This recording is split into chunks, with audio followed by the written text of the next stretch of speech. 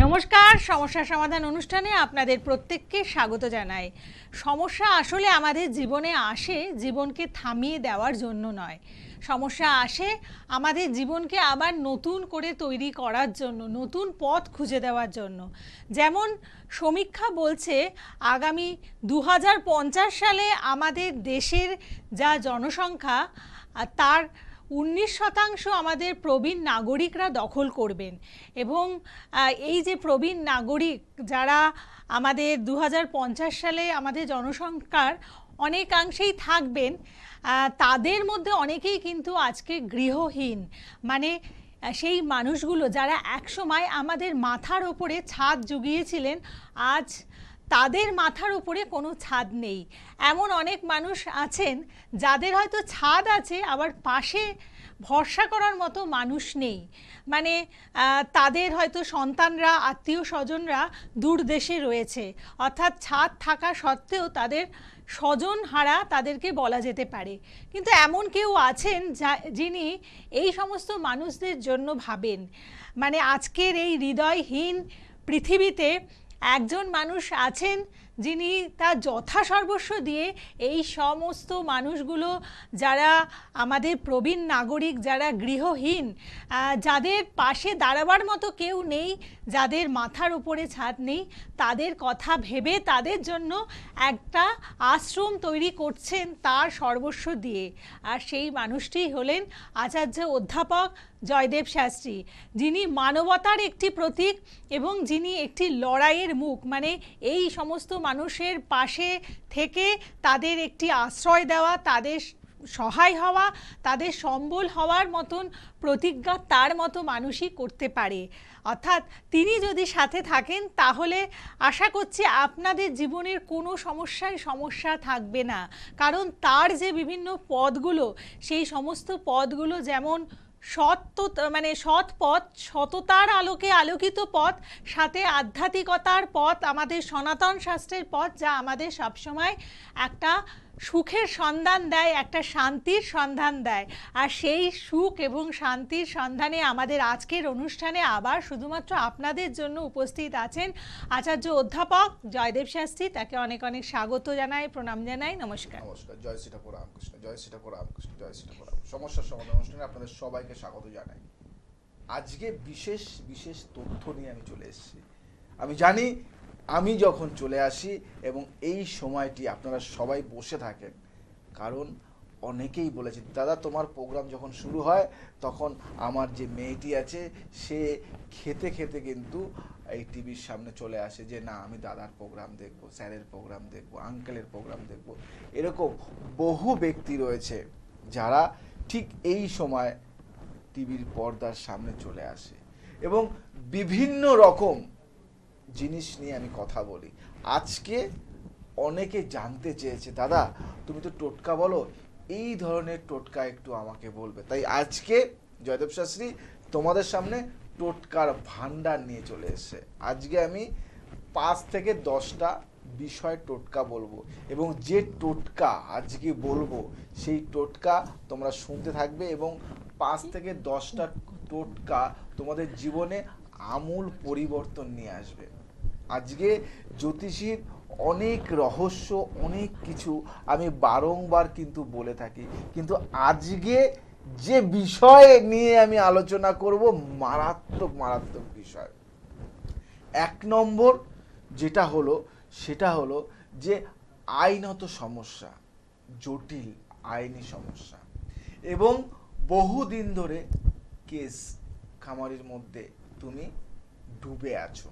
কোনো না কোনো কারণে তোমাকে মিথ্যে মামলায় ফাঁসানো হয়েছে বা তুমি দোষ করেছো, কিন্তু সেই দোষের শাস্তিও পেয়ে গেছো, কিন্তু তোমার সেই কেস এখনো কিন্তু রিমুভ হয়নি, এখনো সেই কেসটা কিন্তু ওইভাবেই ঝুলে রয়েছে। না তোমাকে বারংবার শুধু শুধু তোমাকে যেতে হচ্ছে কোর্ট কাছারি চক্কর, মানে কাটতে কাটতে তুমি বিভ্রান্ত। এখন এই ধরনের টোটকা, যে টোটকাটি মানে করার কিছুদিনের মধ্যে একটা আমূল পরিবর্তন, এই ধরনের টোটকা আগে হয়তো তুমি পাওনি এবং এই টোটকাগুলি কিন্তু বংশ পরম্পরার টোটকা। এবং এই টোটকাটা শোনো, ভালো করে মনোসংযোগ দিয়ে শোনো। এবং আজকে যে 5 থেকে 10টি টোটকা নিয়ে বলবো, সেই টোটকা তোমাদের জীবনে আমূল পরিবর্তন করবে। তার আগে কে আজকে লাকি পার্সন আছে যে প্রথমেই কলটা আমাদের করেছে, তার সাথে একটু গল্প করে নি, তারপরে আবার এই টোটকায় আসছে। কে আছে আমাদের সাথে? বলুন নমস্কার। কে আছেন? নমস্কার। নমস্কার। নমস্কার। নমস্কার। বলুন হ্যাঁ, বলুন কে বলছেন, নামটা বলুন। আমার নাম হচ্ছে সোমা শেঠ। আচ্ছা, সোমা আমি শেঠ। হচ্ছে আমার মেয়ের সম্বন্ধে একটু জানতে চাইছি। আমার আচ্ছা। মেয়ের বয়স হচ্ছে আপনার 7 বছর। আচ্ছা, তার আগে বলুন অনুষ্ঠানের সাথে আপনি কতদিন রয়েছেন, কেমন লাগছে অনুষ্ঠান? আমি এই প্রথম আজকে লাইন পেলাম। আমি 4 থেকে 5 বছর দাদার প্রোগ্রাম দেখছি, কন্টিনিউ দেখছি। প্রথম থেকে শেষ পর্যন্ত দাদার প্রোগ্রাম দেখি, দাদার ইউটিউবে ফলো করি। বাহ, তো বাহ। দাদার প্রোগ্রাম ভালো। খুবই ভালো লাগে, খুবই ইচ্ছে দাদার কাছে যাওয়ার। এতদিন একটু শারীরিক সমস্যার জন্য তো যাওয়া হচ্ছে না। দাদা যদি আশীর্বাদ করেন তাহলে দাদার কাছে আমি খুব তাড়াতাড়ি যাব। নিশ্চয়ই আসবেন, নিশ্চয়ই। এত এত মানুষ যখন আসছেন, আপনিও আসতে পারবেন সেই আশা রাখি। বলুন এবার মেয়ের ব্যাপারে জানবেন। তোমার মেয়ের সম্বন্ধে তো? হ্যাঁ, আমার মেয়ে, হ্যাঁ হ্যাঁ 7 বছর। 7 বছর বয়স মেয়ের। মেয়ের নামটা একটু বলো। প্রিয়াঙ্কা শেঠ। প্রিয়াঙ্কা শেঠ। আচ্ছা, তোমাকে একটা কথা বলবো। মেয়ের সম্বন্ধে তুমি জানতে চাইছো, মেয়ে খাওয়া দাওয়াটা একটু কমিয়ে দিয়েছে, মানে খাওয়া দাওয়াটা ঠিকঠাক মতো করে না, তাই তো? হ্যাঁ, খাওয়া দাওয়াটা তো করেই না। হ্যাঁ। আরো অনেক কিছু আছে যেগুলো মানে ও প্রচন্ড বাইরে হয়ে যাচ্ছে না, প্রচন্ড খুব জেদ হয়ে প্রচন্ড যাচ্ছে, জেদ বুঝতে জেদ আমি পারছি আমি না আমি এই বলছি, বয়সে এরকম কেন আমি আমি আমি বলে দিচ্ছি যে কথাগুলি আমি বলবো সেটা একটু মিলিয়ে নাও। খাওয়া দাওয়া করছে না, প্রচন্ড জেদ, পড়াশোনার জায়গা থেকে মনোসংযোগটা নেই, আর নিজে যেটা বলবে সেটাই ঠিক, আর প্রচন্ড পরিমাণে মানে মুখে মুখে তর্ক করছে, আর রাতে ভয় ভয় পাচ্ছে, একটা স্বপ্ন দেখে, মানে লাফিয়ে লাফিয়ে ওঠে রাত্রে। আর সব থেকে যেটা বড় কথা হলো, শরীরটা খুব একটা ভালো যায় না, আর প্রচণ্ড পরিমাণে মানে উগ্র মেজাজ হয়ে যাচ্ছে দিন দিন দিন দিন যত দিন যাচ্ছে। তো এই সময়টা পড়াশোনা যদি ভালো না হয়, বা এই সময়টা যদি কেরিয়ারের দিকে ফোকাসটা দেওয়া না হয়, তাহলে তো আর কবে দেবে? 7টা বছর হয়ে গেল, এখন এই সময় তো ছেলে মেয়েদের প্রচণ্ড পরিমাণে ভালো হওয়ার কথা, বা মা বাবার কথা শোনার কথা এই সময়টা। না হলে বয়ঃসন্ধিকাল যখন আসবে তখন তো আরো আরো বিগড়ে যাবে। আচ্ছা, তুমি কি চাইছো বলো, তুমি কি চাও বলো? আমি চাইছি যে ও একটু মানে ভালো হোক, যে নর্মাল সবার মতো, মানে সবার সাথে যে আপনি বললেন খুব উগ্র মেজাজ, তারপরে এই সবগুলোই একদম ঠিক, এইগুলো সবই ওর আচ্ছা। মধ্যে আছে। তো এইগুলো যাতে একটু ঠিকঠাক হয় সেইগুলোই আমি চাইছি দাদা, একটু যদি আপনি কিছু টোটকার মাধ্যমে যদি একটু ঠিক করে আচ্ছা, দেন। আমি আপাতত একটা টোটকা বলে দিচ্ছি, কিন্তু এই টোটকায় কিন্তু সেই সাফল্য আসবে না, একটু দেখাতে হবে ওকে। তাও তবুও তোমাকে আজকে একটা টোটকা বলবো।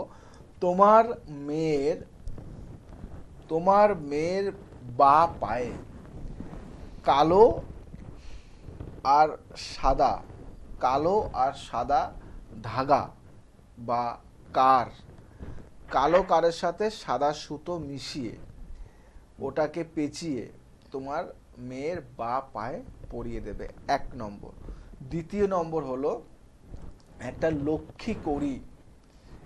লক্ষ্মী কড়ি সাদা চন্দন গুঁড়ো করে গঙ্গা জলের সাথে মিশিয়ে একটা কাপের মধ্যে ওটা রেখে দেবে। রেখে দেওয়ার পরে 7 দিন পরে ওই কড়িটি ওখান থেকে বের করে নিয়ে কোমরে সাদা সুতো দিয়ে বা লাল কার দিয়ে কোমরে ধারণ করিয়ে দেবে। আর এই কাজটি করলে যখন মেয়ে শুতে যাবে, বালিশের তলায় একটা সীসা বা না হলে একটা ফিটকারি রেখে দেবে। আর তোমার মেয়েকে চেষ্টা করবে প্রত্যেক দিন সাদা চন্দন আর তুলসী পাতা মিশিয়ে একটা ফোঁটা দেওয়ার কপালে। ঠিক আছে? কি বললাম, বুঝতে পারলে তো? একদম একদম। এই টোটকাগুলি করো, খানিকটা ফল পাবে।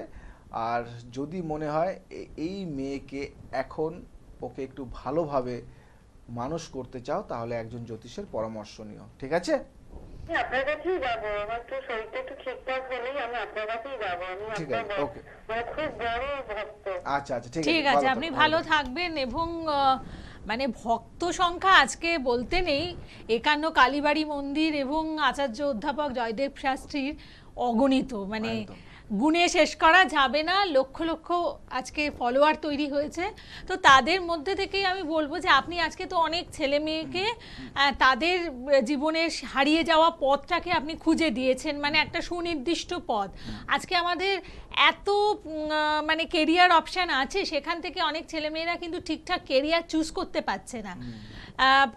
টাকা পয়সা প্রচুর খরচ করছে বাবা মারা, কিন্তু কেরিয়ার অপশানটা ঠিকমতো ক্লিক করতে পারছে না। এবং এই যে বললেন, আপনি একটা প্রেডিকশন করলেন যে ওনার মেয়ে অত্যন্ত বদ মেজাজি, এটা কিন্তু আছে ঘরে ঘরে সমস্যা। এটার একটা টোটকা আজকে আপনাকে দিতেই একদম হবে, একদম একদম একদম। কারণ এইবার বদ মেজাজির যে সমস্যা, সেটা আজকে মানে অধিকাংশ বাবা মাই ভুগছেন এই সমস্যা নিয়ে।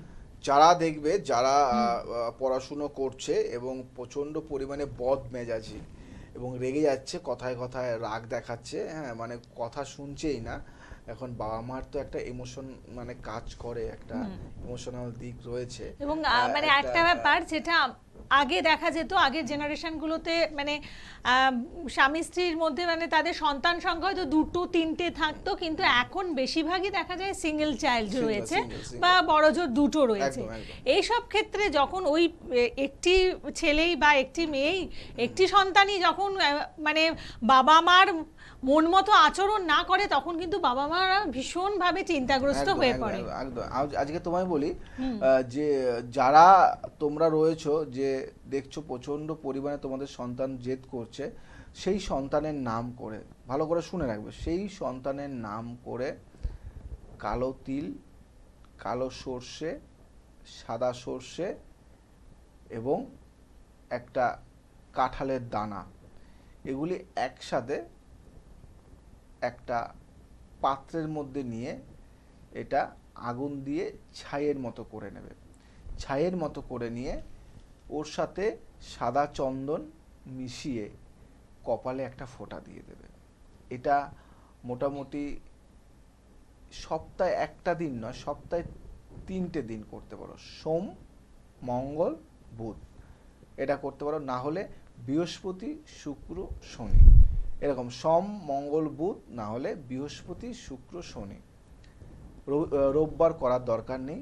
এটা করবে, দেখবে যে জেদ করাটা খানিকটা কিন্তু অনেকটাই বন্ধ করে দিয়েছে, অনেকটাই বন্ধ করে। জেদটা করে, সবার প্রথমে বলি যে মঙ্গলের নেগেটিভ ভাইব্রেশন আর চন্দ্রের নেগেটিভ ভাইব্রেশন যখন থাকে, চঞ্চলতা এবং জেদ, রাগটা অনেকটা বেড়ে যায়। যখন একটা সন্তানের মধ্যে চঞ্চলতা আর রাগটা বেড়ে যায়, তখন কিন্তু তার পড়াশোনায় মন বসে না, বারমুখ হয়ে যায়, খেলাধুলো বলো, এবং নেগেটিভ সঙ্গ মানে বাজে সঙ্গের সাথে কিন্তু মিশে যায়। যাই হোক, আমরা যেটার মধ্যে ছিলাম, যে আইনত যে তোমাদের সমস্যা, যে কেস কামারির মধ্যে, সেই টোটকাটি হলো, প্রথমে কি করবে, প্রথমে তোমরা একটা শুকনো শুকনো কাঁঠালের বীজ মানে দানা নেবে। সেই দানা সাথে একটা আমের বীজ বা দানা নেবে।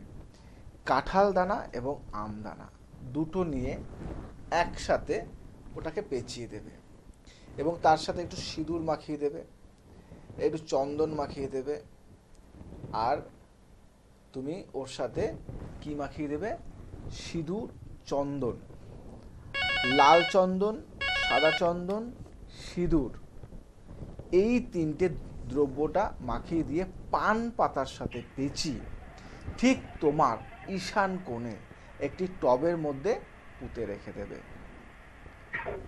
আইনি সমস্যা যার নামে কেসটি রয়েছে তার নাম করে এটা পুঁতে রেখে দাও। কিছুদিনের মধ্যে দেখবে কোনো না কোনো কারণে দুটো পার্সনের মধ্যে মিল হয়ে গেছে, বা কোনো না কোনো কারণে দেখবে এই কেসটি আস্তে আস্তে অনেক ঢিলে হয়ে গেছে। কেসটি হয়তো সম্ভবত 3 থেকে 6 মাসের মধ্যে কেসটি হয়তো নাও থাকতে পারে। কে আছে আমাদের সাথে? বলুন, কে আছেন? নমস্কার। নমস্কার। নমস্কার। নমস্কার। বলুন, কে বলছেন? জয় শ্রীরাম। জয় শ্রীরাম। জয় শ্রীরাম। বলো বলো বলো। আমি স্যার কলেজ থেকে বলছিলাম, হ্যাঁ বলো অভিজিৎ রায়। বলো। স্যার একটু আমার সম্বন্ধে জানতে চাই। মানে আপনার লাইনটা পেয়ে খুবই আমি ধন্য হয়ে গেলাম। মানে বহুত দিন ধরে ট্রাই করছি, মানে পাওয়া যায় না, পাওয়া যায় না। কোনোভাবে আপনার সাথে কথা বলে উঠতে পারছি না। আপনার ওই নাম্বারে কল করেছিলাম, বলছেন না স্যারের সাথে কথা বলতে একবার লাইভে না রে কাজে আসতে হবে। আমি কাজে বিজনেস দিলাম, দিতেও পারছি না। অবশ্যই বলি আজকে বহুত দিন পর স্যার লাইনটা পেয়েছি। প্রথম কথা বলি, দেখো আজকে তোমার মাধ্যম থেকে সমস্ত দর্শক বন্ধুর উদ্দেশ্যে বলি, বহু ব্যক্তি আমার সাথে কথা বলতে চায়, বহু ব্যক্তি ভালোবাসে, কথা বলতে চায়। তো ফার্স্ট অফ অল আমার কাছে এমন কোনো নম্বর নেই যে নম্বরে আমাকে কল করতে পারবে। যে নম্বরগুলি আছে সেই নম্বরগুলি সমস্ত নম্বর আমার যারা ফোন রিসিভ করে, যারা সমস্ত তথ্য ইনফরমেশনগুলি দিয়ে দেবে তোমাদেরকে, তাদের কাছে ফোন নম্বর থাকে। সব বলে দেয়। হ্যাঁ সব বলে, A to Z কি করতে হবে। হ্যাঁ, এবার তোমাকে বলি, যদি আমি সবার সাথে কথা বলি তাহলে আমি কোনো কাজই করতে পারবো না, শুধু কথাই বলতে হবে। তো সেই কারণে আমি শুধু বাড়ির কিছু পার্সন, ফ্যামিলি ছাড়া, মানে আমার কাছে একটা সিম্পল একটা নর্মাল একটা ফোন থাকে, সেই ফোনে বাড়ির কিছু পার্সন আমার সাথে কথা বলতে পারে। এছাড়া যদি কেউ কথা বলতে চায় তাহলে ওদের সাথে সেই নম্বরটায় ফোন করে ঠিকঠাক মতো কখন কোথায় পাওয়া যাবে সেইভাবে পায়। তো তোমাকে একটা কথা বলি আমি তোমাকে, তুমি তোমার সম্বন্ধে জানতে চাইছো, তোমার সম্বন্ধে আমি 3টে জিনিস আমি নিজে জানবো, 3টে জিনিস, তারপরে আমি তোমাকে 5টা তথ্য দেব। 3টে জিনিসের ফার্স্ট যেটা জানবো সেটা হলো 1 থেকে 100-র মধ্যে একটা সংখ্যা বলো। আচ্ছা, দ্বিতীয় জানবো যে তুমি নর্থ বেঙ্গল না সাউথ থাকো, কোথায় সাউথে থাকো না নর্থে থাকো? সল্টলেকে তোমার ডেট অফ বার্থ মানে তোমার জন্মস্থানটা কথা, তুমি তো এখন সল্টলেকে থাকো, কিন্তু আমার মনে হচ্ছে শিলিগুড়ি। হ্যাঁ, আমি সেই জন্য ভাইব্রেশনে পাচ্ছি যে তোমার যেখানে যে থাকো তুমি এখন ওখানে সল্টলেকে, কিন্তু তোমার সেটাই যে তুমি থাকো কোথায়, তুমি নর্থ বেঙ্গল থাকো, তুমি থাকো শিলিগুড়ি, তাই তো? হ্যাঁ, এবার তোমাকে একটা কথা বলি, তোমার যে নেগেটিভ যে একটা ভাইব্রেশন দেখতে পাচ্ছি, যে তোমার অর্থ সংকট অতটা নেই, তোমার অর্থের প্রাচুর্যটা অনেকটাই বেশি, এবং অর্থ তোমার পারিবারিক বিজনেস বা এবং তোমার বিজনেস, সেই জায়গা থেকে তোমার এখানে সমস্যা নেই। তোমার যেটা সমস্যা সেটা একটা জিনিস, সেটা হলো কি, যে তোমার ভালোবাসা নিয়ে তোমার সমস্যা, লাভ ওরিয়েন্টেড তোমার সমস্যা। Yes or no? মানসিক আছে আছে, কিন্তু তুমি মানসিক শান্তিটা পাচ্ছ। তুমি চাইছো যে দাদা তুমি আমার যা টাকা লাগে তুমি আমার নিয়ে নাও, তুমি মানসিক শান্তিটা আমাকে দাও, তোমার মনের মধ্যে এইটা চলছে। কিন্তু তোমার নিজের প্রতি একটা বিরক্তিকর ভাব চলে এসেছে স্যার। আচ্ছা, তোমাকে 5টা তথ্য আমি বলবো। 1 নম্বর, তুমি কিছুদিনের মধ্যে নিজের জীবনটা শেষ করতে চেয়েছিলে, মানে সুইসাইড করে নেবে। Yes or no? এরকম একটা ভাবনা ছিল, কিন্তু আমি তোমায় বলি এটা কখনো করবে না, সুইসাইড করতে নেই।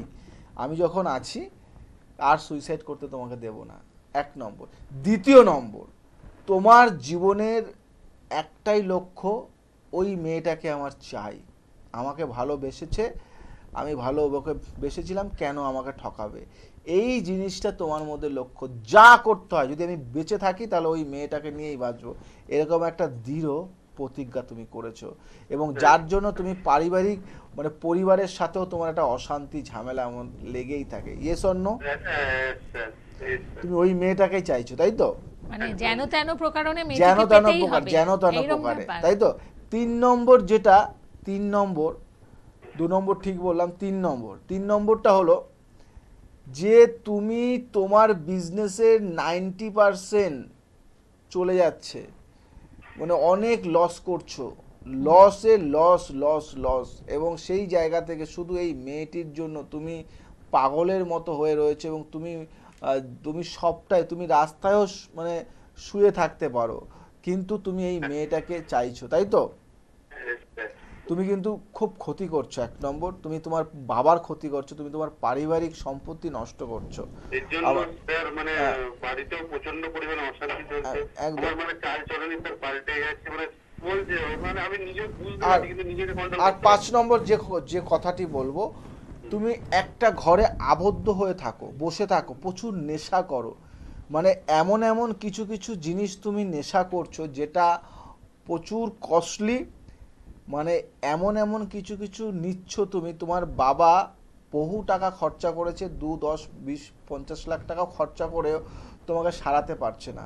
মানে তুমি এমন এমন কিছু নেশা করছো যে নেশাটা মানুষকে শেষ করতে মানে সময় নেয় না, মানে আর সেটা দরজা বন্ধ করে, মানে একাকিত্ব, মানে নিজেকে পুরো একা করে নিয়েছো, মানে একদম ডিপ্রেশনের মধ্যে তুমি দিন দিন ঢুকে গেছো। তুমি কি বুঝতে পারছো যে তুমি দিন দিন অ্যাবনর্মাল যাচ্ছ হয়ে, একটু পাগল পাগল টাইপ যাচ্ছ হয়ে, নার্ভের সমস্যা চলে আসছে, হাত ফাত দেখবে কাঁপছে তোমার, দেখবে মানে তুমি কথা বলতে গেলে থতমতো খেয়ে যাচ্ছ। ঠিক আগের মতো সেই জলি ছেলেটা নেই, যে ছেলেটা জলি ছিল এবং যে ছেলেটাকে মানে পাওয়ার জন্য সবাই পাগল হয়ে যেত, সেই ছেলেটা কিন্তু আস্তে আস্তে নিজেই নিস্তেজ হয়ে পড়ছে শুধু ওই একটি মেয়ের জন্য, তাই তো? Yes or no? অবাক হয়ে স্যার, একদম স্যার। এবং মেয়েটি আই থিঙ্ক মেয়েটি কোনো মডেল, তাই তো? Yes, sir. কি করে বুঝলাম? তো বাবা বিজনেসম্যান।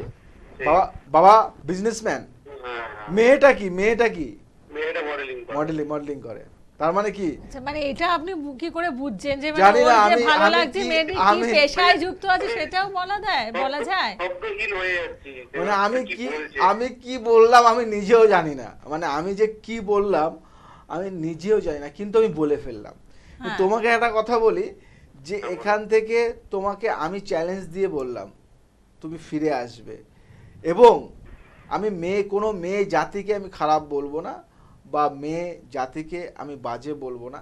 কিছু কিছু ছেলেরা যেমন খারাপ হয়, যার জন্য অনেক ছেলেদের মেয়েরা খারাপ মনে করে, এবং কিছু কিছু মেয়েরা তাদের কিছু মানে দৃষ্টিভঙ্গিতে ওটা ভালো, কিন্তু ওরা কিছু খারাপ করছে যার জন্য অনেককেই আমরা খারাপ ভাবি। না কিন্তু স্যার, মানে যেরকম বলুন তো, মানে আমাকে কিন্তু মেয়েটা মানে ভালোবাসা করতো, খুবই করতো, ভালোবাসতো। তো হঠাৎ করে এরকম হয়ে যাওয়ার কারণটা আমি বুঝতে পারছি না। হ্যাঁ, আমি তোমাকে একটা কথা বলি, শুধু তুমি আমাকে বলবে ইয়েস অর নো বলবে। হুম। তুমি তোমার বাবাকে নিয়ে আমার কাছে আসতে পারবে yes or no? Yes, sir, আসবোই। মানে তোমার আমি- বাবাকে নিয়ে, আমি তোমার বাবাকে চাই। মানে আমার আমার নিজের লোক এভাবে বলতাম, আপনি যেভাবে আমাকে সব বলে দিলেন। একদম, আমি তোমার বাবাকে চাই, তোমার বাবাকে নিয়ে আমার কাছে আসো, দেখো আমি তোমার জীবনে কি করি। শুধু একটা কথা, এই মেয়েটি তোমাদেরই কোনো জানাশোনা কোনো ব্যক্তির সাথে সম্পর্কে জড়িত আছে, তোমাদেরই কোনো, দেখো কথাটা ভালো করে মিলিয়ে নাও, তোমাদেরই কোনো। শিলিগুড়ি থেকে এর জন্য বাবা শিফট করে দিয়েছে এই কলকাতায়। আচ্ছা, তা আমি যে কথাটা বললাম, তুমি কি বুঝতে পারছো যে তোমাদেরই জানাশোনা কারোর সাথে মেয়েটি সম্পর্কে আবদ্ধ হয়ে গেছে? আচ্ছা তো এরকম তো শুনেছি, বাট মানে এখন অব্দি প্রমাণ স্যার পাইনি। প্রমাণ পাওনি, কিন্তু তুমি বুঝতে পারছো, আমার সেটা পাচ্ছি। আভাস পাচ্ছ তো? এবং যার সাথে আবদ্ধ হয়েছে তুমি একটু ভেবে দেখো, তার সাথে তুমি মিট করিয়ে দিয়েছো, তার সাথে তুমি কোনো কারণে মিট করিয়ে দিয়েছো, যার সাথে আবদ্ধ।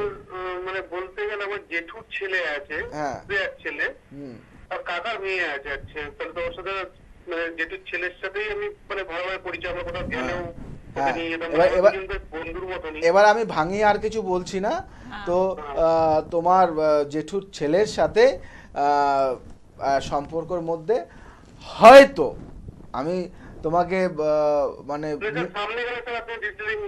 একদম এখন আর কিছু বলতে চাইছি না, শুধু একটা কথা বলি, তোমার বাবাকে নিয়ে আসো, যদি মনে হয় মেয়েটিকে তোমার জন্য সুইটেবল হয় তো আমি আছি, আর যদি মনে হয় যে না এ সুইটেবল নয় তোমার জন্য, তো আমি জানিয়ে দেবো যে না এটা করাটা উচিত হবে না। আমি তোমাকে কিন্তু তোমাকে আমার কথা শুনবে তো? আচ্ছা, আমি আছি তোমার জন্য, আমি আছি, ভালো থাকো। একদম। একদম ভালো থাকবেন, অবশ্যই এসে দেখা করবেন। এরকম আমাদের সম্পর্কে জটিলতা এবং আমাদের বেঁচে থাকার মধ্যে এরকম বিভিন্ন সম্পর্কে আমরা অনেক সময় জড়িয়ে যাই, যেটা আমাদের জন্য হয়তো শুভকর নয়। তা তুমি ভাবো হ্যাঁ। যে একটা ছেলে যার টাকা পয়সা ধন দৌলত কোনো কিছুতে মানে অভাব কমতি নেই নেই, কিছু। মানে অভাব নেই, বাবা কোটি কোটি টাকা খরচা করে তাকে করে দিয়েছে, কিন্তু সে এমন একটা মেয়ের চক্করে পড়ে রয়েছে, তাকেই চায় এবং সে সব ধ্বংস করতে চাইছে। একদম। যাই হোক, কিন্তু আপনি যতদিন আছেন এই সমস্ত সমস্যা থেকে আপনারা প্রত্যেকেই মুক্তি পাবেন এবং আপনারা প্রত্যেকেই ভালো থাকবেন। এই তোমাদের কথা সবাইকে আমি একটা বলতে কথা বলি লাস্ট, যে জয়দেব শাস্ত্রী থাকতে, আমি থাকতে, আমার 51 কালীবাড়ি থাকতে এবং 51 মায়ের আশীর্বাদ থাকতে এবং 51 মায়ের ব্লেসিং থাকতে আমি তোমাদের কাউকে নিরাশ করব না, কাউকে নিরাশ করব না। সমস্যা হবে 100%, তার সমাধানও আছে 100%। আমি আছি। তোমাদের সবাইকে বলি আজ আর সময় নেই, তোমাদের যারা যারা এই অনুষ্ঠানটি মিস করছো তারা ইউটিউব চ্যানেলে গিয়ে 51 কালীবাড়ি বা অ্যাস্ট্রোলজার জয়দেব শাস্ত্রী সার্চ করে দেখবে। ভালো থাকো, সুখে থাকো, সবাইকে ভালো রাখো। আজ আসি, আবার আসবো নতুন কিছু নিয়ে। জয় শ্রীরাম। আজ জন্মদিনের উৎসবে আচার্য অধ্যাপক জয়দেব শাস্ত্রী প্রতিশ্রুতি দিয়েছিলেন যে তার ভক্তদের জন্য তিনি কিছু করবেন, কিছু দেবেন। তো আপনি তো আজকে এসেছেন, সারাদিনের অনুষ্ঠান দেখলেন এবং এখন যেটা দেখলাম কার্যত আমি ভীষণভাবে অবাক হয়ে গেলাম, কারণ এবং লাইভ প্রেডিকশন করা, সরাসরি উনি বসে রয়েছেন এবং আপনি অনেক দূরে ভিড়ের মধ্যে রয়েছেন, বললেন হাতে একটা তিল আছে এবং তিলটা দেখানো হলো, মানে আপনি দেখলেন যে আছে। এটাকে আপনি জানতেন আগে? না, আমি জানতাম না। জানতেন না, একটুখানি দেখিয়ে দিন অন ক্যামেরা এখন।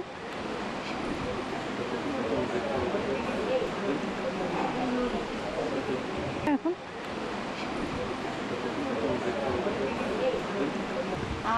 তো এই যে প্রেডিকশন বা আপনি অ্যাস্ট্রোলজারের কাছে আগে কখনো গেছেন? কখনো যাইনি। আমি এই গত 4-5 দিন থেকে ওই টিভিতে দেখছি, তারপর থেকেই আমি আসার খুব একটা দেখছি না, গুরুজির সাথে আমার দেখা করতে হবে, তাই আমি এসেছি। তা সত্যি যেটা আমি টিভিতে শুনেছিলাম ঠিক তার থেকে যেন বেশি, মানে মিরাক্কেল। হ্যাঁ। আর এবার আপনি মানে অ্যাস্ট্রোলজি বা জ্যোতিষশাস্ত্র সম্বন্ধে আপনার কীরকম ধারণা হলো, যে এইটাকে যদি ঠিকমতো ব্যবহার করা যায় এটার মাধ্যমে আপনার কোনো উপকার? হ্যাঁ, 100বার হবে। হ্যাঁ, 100বার উপকার হবে। আমার নাম তনয় দাস, প্রত্যেকে আমি এসেছি হাওড়া শালকিয়া। হাওড়া থেকে। আচ্ছা, মানে কেমন লাগলো আজকের অনুষ্ঠান বা দাদার অনুষ্ঠান আগে দেখে কেমন, মানে টিভির পর্দায় দেখে কেমন লেগেছে? দাদার প্রোগ্রাম আমি দেখি এবং দাদার ইউটিউবে আমি সাবস্ক্রাইবার আছি, তো আমি দাদার টিভি প্রোগ্রাম দেখে দাদা ইনভাইট করলেন বলে আজকে আমি এসেছি। ইনফ্যাক্ট দাদাকে আমার দিদি দেখিয়েছিলেন, তিনি উপকৃত হয়েছিলেন। হ্যাঁ, তার বিয়ে হচ্ছিল না, তার বিয়ে হয়ে গেছে। দিদি মানে আপনার নিজের দিদি? না, আমার পিসির মেয়ে। আচ্ছা, এই যে বিয়ে হচ্ছিল না, এটা তো আজকে একটা বড় প্রবলেম। মানে দেখা যায় মানুষের অনেক রকম যোগ্যতা, সব রকম যোগ্যতা আছে, বিয়ে হচ্ছে না। তো ওনার যে প্রবলেমটা সলভ হয়েছে কতদিন? বিগত 3 থেকে 4 মাসের ভেতরে, 7 মাসের মাথায় বিয়েটা হয়েছে, 4 মাসের মাথায় ঠিকঠাক হয়েছে, 3 মাসের মধ্যে বিয়ে আরও এক্সট্রা নিয়ে তখন বিয়েটা হলো 7 মাসের মাথায়। তো দাদার বাড়িতে আসেনি, উনি মানে চেম্বারে দেখিয়েছেন, ওনারা শ্রীরামপুরে থাকেন। আর আপনার আপনি যে এসে আজকে অনুষ্ঠান দেখলেন বা আপনার আচার্য অধ্যাপক জয়দেব শাস্ত্রী সম্বন্ধে মতামত? ওনার প্রোগ্রাম খুবই ভালো লাগে। ইনফ্যাক্ট উনি মানুষটা হচ্ছে ডিফারেন্ট।